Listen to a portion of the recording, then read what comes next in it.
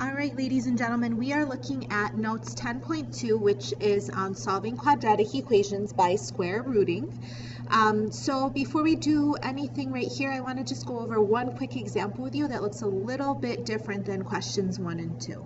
So if I asked you to solve an equation that looks like this, where it's 5x squared equals 500, the first thing you would do is isolate this x squared. You'd want to get this x squared by itself. And the way you would do that is by dividing both sides by 5, okay? So then you end up getting x squared equals 100, all right? Now, to get the x by itself, you have to do the opposite of squaring. And the opposite of squaring is to just square root. So you square root both sides, and you end up getting x equals 10 because the square root of 100 is 10. And the reason why the square root of 100 is 10 is because 10 squared equals 100. However, there's another number that if you square it, you also get 100, and that's negative 10. So if you look right here, negative 10 squared is also 100. So that means that x could be plus or minus 10. So that means x is negative 10 and positive 10, all right? And if you take a look at this right here, if you have x squared equals 100, you can also solve it like a difference in perfect squares by subtracting 100 from both sides, and then factoring it, you end up getting x minus 10 times x plus 10 equals 0. You set each part equal to 0, so you get x minus 10 equals 0 and x plus 10 equals 0, and that's how you get your answers of negative 10 and positive 10, okay? So hopefully that makes sense as an introduction to the first two questions that we have on page 4. So let's take a look at question number 1. It says 2 times x minus 3, the quantity x minus 3 squared equals 48. The most important thing that you guys need to do is to isolate the perfect square. And in this example, our perfect square is this entire thing right here. So I need to get this by itself. I gotta isolate this. So the way I'm gonna do that is I'm going to divide both sides by 2 right here. So then I end up getting x minus 3 quantity squared equals 24. Now here's the thing. A lot of people will try to multiply x minus 3 squared by doing x minus 3 times x minus 3. However, if you have a single perfect square on one side, and this is a perfect square on one side, and a single number on the other side, then you can square root both sides easily without having any difficulty. So once you isolate, so here's, you guys need to write yourselves a note, isolate the perfect square.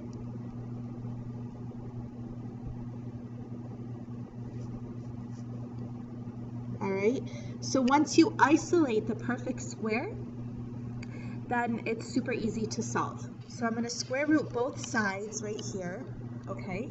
And the square root of anything squared will cancel each other out, so I end up getting x minus 3 left over, okay? Equals the square root of 24. However, we just discussed the fact that the square root of any number will always be positive or negative. I have two possible answers. So now all I need to do is solve for x. So I don't really technically need these parentheses here. It's okay if you have it, but you don't technically need it. And all I need to do is add 3 to both sides. So I'm going to write plus 3 on this side and plus 3 on this side. So this means that my answer is going to be 3 plus or minus radical 24. Now I can't add the 3 into this 24 because one has a radical and the other one doesn't, so they're not like terms. So I'm almost done with my answer. However, I gotta simplify my radical 24. So let's go ahead and do this. So I'm going to make a chart for 24. 24, the perfect square factors of 24 are 1, okay? The next perfect square is 4. 4 does work, all right? And the next perfect square is 9. 9 doesn't work. The one after that is 16. 16 doesn't work, and it's also past the halfway point, so I've got my largest possible perfect square here. So if I were to simplify radical 24, then I would end up getting radical 4 times radical 6, so I would end up getting 2 radical 6, okay? So this means right here that this ends up being 2 radical 6. So my answer is x equals 3 plus or minus 2 radical 6. So then all I have to do is figure out what this part right here means. Well, this means that I'm going to take 3 and add 2 radical 6 to it. That's one of my answers. And then my other answer is 3 minus 2 radical 6. So I have two possible answers. 3 plus 2 radical 6, that's one answer. And then 3 minus 2 radical 6. That's my other answer. Go ahead and put a box around it, and you are good to go with question number 1. All right, let's do a check of our answer. So the first thing that we need to do is open up a calculator document. And our first answer is 3 plus 2 radical 6. So I'm going to type that in. First, I'm going to use parentheses, and then I'm going to say 3 plus 2 times the square root, okay, and to square root you do control square root of 6, close your parentheses. Sorry, get out of the radical and then close your parentheses. You're going to store that in as x, okay? And then after you do that, all you have to do is type in the equation. So the equation says 2 times the quantity x minus 3 squared equals 48. It's true, so I'm good to go. But I'm only 50% sure that my answer is right. So I want to write in 3 minus 2 radical 6 and store that in as x. So what I'm going to do instead of typing it all over again is I'm going to go up here, I'm going to highlight it, press enter, but I'm not going to press enter again yet. And instead of this plus sign, I'm going to delete it and I'm going to write minus. So it's 3 minus 2 radical 6 because that's my other answer. Press enter. There's your crazy, wacky, irrational answer. Highlight the equation again, press enter, enter one more time. It's true. I'm 100% sure that my answer is now correct. Okay? All right, let's take a look at question number 2. So in number 2, the same thing I need to do is isolate my perfect square. So if you look right here, this is my perfect square. So I'm going to get this by itself. And the way I can do that is by dividing both sides by 27. Now, 3 is not divisible by 27 evenly, but when I reduce it, they're both the numerator and the denominator are divisible by 3, so I get 1/9. So I get 1/9 equals x plus 1 quantity squared. Now my perfect square is isolated, so I can just square root both sides. So I'm going to take the square root of both sides, and the square root of 1 is 1. The square root of 9 is 3, but remember every square root has two possible answers. So I get plus or minus 1/3 is equal to x plus 1. Now how do I get this x by itself? I just have to subtract 1 from both sides. So now I can say that my answer is -1 plus or minus 1/3 equals x. So what does this mean? Well, first of all, we got a rational number this time instead of an irrational number. So this means that I have two possibilities. It means that x could be -1 plus 1/3,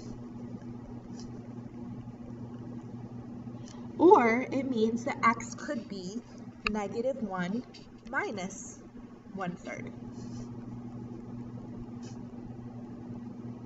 So when you figure out both of these answers, your first answer here would be -2/3, and then your answer over here would be -4/3.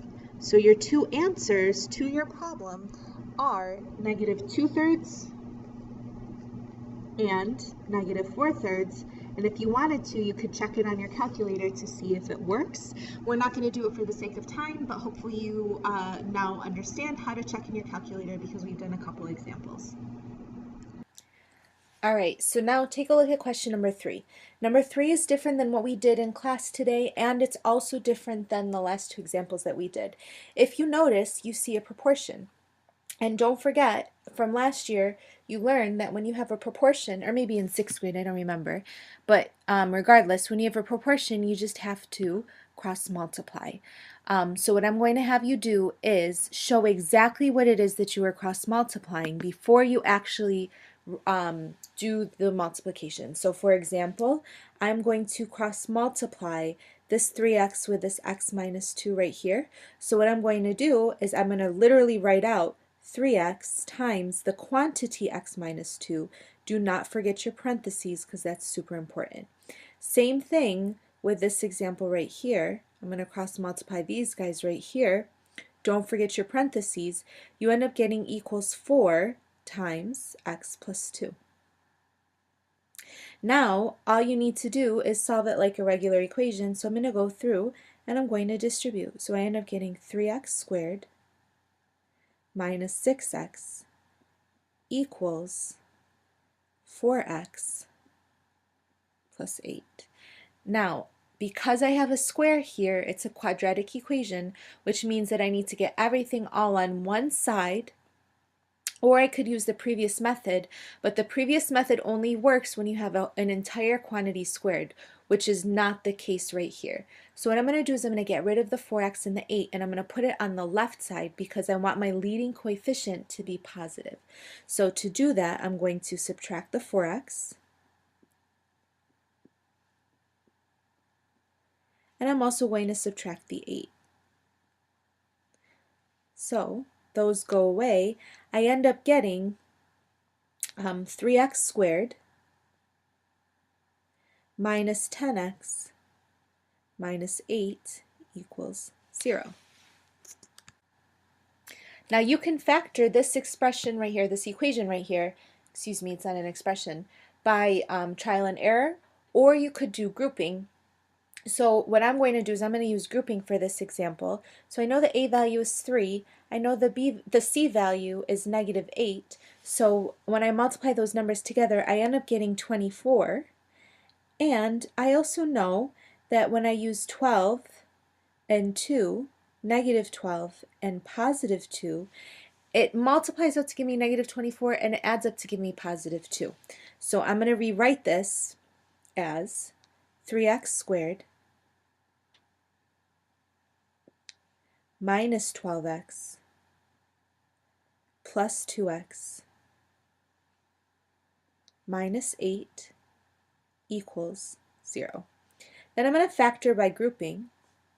So in my first two terms, my GCF will be 3x. So I'm going to factor out a 3x, and then I end up getting x minus 4. In my second group, I have a GCF of 2, so I'm going to add 2, and then I end up getting x minus 4 again. Do not forget your equals 0 on every line, because if you do, then it stops being an equation and it becomes an expression, which it's not, it's an equation. So then I need to get to my two factors, so that means that my two factors are going to be x minus 4 and 3x plus 2. Now I've gotten to a point where my quadratic equation is the product of two factors, and it's equal to 0, which means I can go through and I can set each part equal to 0. So I'm going to take x minus 4, and I'm going to say that equals 0. And the way I solve that is by adding 4 to both sides, so that means x equals 4. And then I'm going to take 3x plus 2, set that equal to 0 as well. So I end up getting 3x equals negative 2, which means that x equals negative 2/3. So then I can just write my final answer out as 4 negative 2/3.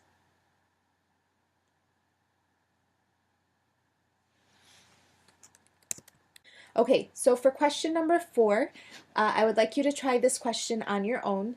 See how you do. So please press pause, answer the question, and then when you come back, I'll give you the answer. If you got it right, you can turn the video off. If you didn't get it right, I need you to please stay tuned and watch the rest of the video so you can understand how this works. Okay, so your answer to this problem should be 10 and negative 7. So again, if you got this answer, go ahead. You can turn off the video. If you didn't, please watch the explanation for this. All right, so same thing, you're going to cross multiply. So I'm going to cross multiply this x plus 5 multiplied by this x minus 8. I need to make sure that I write it out as x plus 5 multiplied by x minus 8. And then I'm going to cross multiply the other side as well. This one, because it's just a constant time multiplied by a constant, you can just go ahead and write down that it's 30. That's totally fine. So now we need to go through and multiply this, but do not forget to distribute. So I'm going to distribute this x to the x in the negative 8. So I end up getting x squared minus 8x Also, do not forget to distribute this 5, so I end up getting positive 5x minus 40, and that's equal to 30. Now, I'm going to do 2 steps in one just to make things a little bit quicker.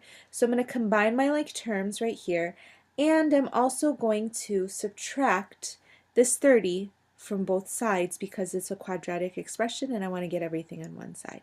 So I end up getting x squared minus 3x minus 70 equals 0. So this question right here, I can also either factor by grouping or factor through trial and error. Because the leading coefficient is 1, it would be easier for me to factor using trial and error. I'm going to look for two numbers that multiply out to give me negative 70, but add up to give me negative 3. Those two numbers are negative 10 and positive 7. So I'm going to use x minus 10 and then x plus 7. Now, do not forget that because this is a product of two factors, I can set each factor equal to 0. So I'm going to do my little t-chart right here. I end up getting x minus 10 equals 0 and x plus 7 equals 0. Now to solve x minus 10 equals 0, I just add 10 to both sides, so that's how you get x equals 10. And then for this one right here, I'm just going to subtract 7 from both sides, so I get x equals negative 7. So that means that my final answer is going to be 10, negative 7.